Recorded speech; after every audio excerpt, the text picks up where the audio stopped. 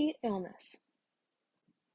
It's important to differentiate between heat exhaustion and heat stroke. With heat exhaustion, the temperature is less than or equal to 104 degrees Fahrenheit. Other signs and symptoms would be excessive fatigue, syncope or collapse, minor cognitive changes, dehydration, lightheadedness, and staggering. With exertional heat stroke, the temperature is greater than or equal to 105 degrees Fahrenheit and obvious CNS dysfunction. Some other signs and symptoms they might present with would be personality changes, confusion, combativeness, staggering, fatigue. They may have hot and wet skin and vomiting. So it's important to differentiate between them, and the way to do that is to take a rectal temperature. And so with assessing rectal temperature, you want to remove the patient from the field and put them in ideally a shaded area, drape the patient and provide privacy if possible. You want to have your patient side lying with the top hip and knee flexed.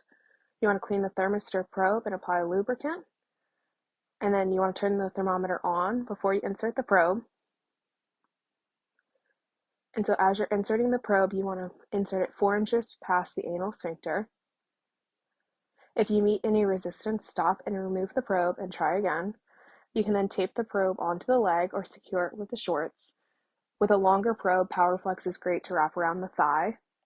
Then you want to leave it in and monitor the temperature throughout treatment.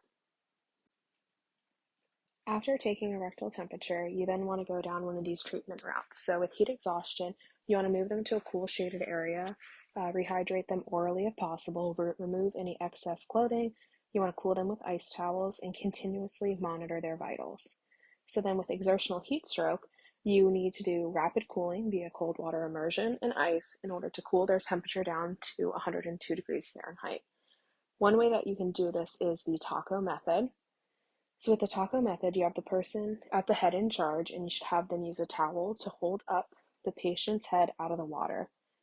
A person should also be designated to hold the thermistor and monitor temperature changes. So that's not pictured in here, but imagine someone else standing at the head holding the thermistor.